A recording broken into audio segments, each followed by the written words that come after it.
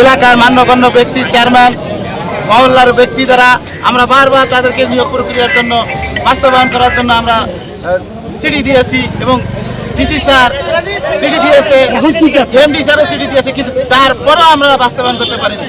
মন্ত্রী তখন সেই সময়ের স্থানীয় মন্ত্রী ৬টি ডিউ লিটার দেওয়ার পরও স্থায়ী চাকরি নিয়োগ পাওয়া আমাদের সম্ভব হয়নি। তারপর মহামান্য হাইকোর্টে রিট পিটিশন করার পরও, সে রায় আনার পরও এখন পর্যন্ত আমরা স্থায়ী চাকরি গ্রহণ করতে পারতেছি না।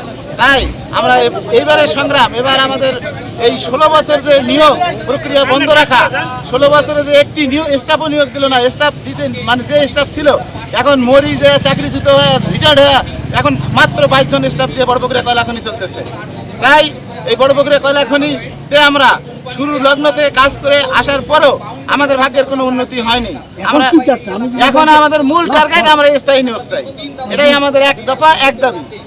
এই দাবিতে বর্তমানে আমরা রয়েছি। অল্প সময়ের মধ্যে যদি আমাদের চাকরি স্থায়ীকরণ না করা হয় তাহলে আমরা দুর্বার আন্দোলন করে তুলব, এটাই আমাদের শেষ চাওয়া।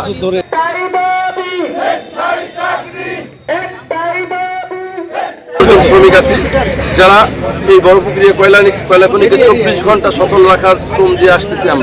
আমরা ঈদের ছুটিও কাটাতে পারি না।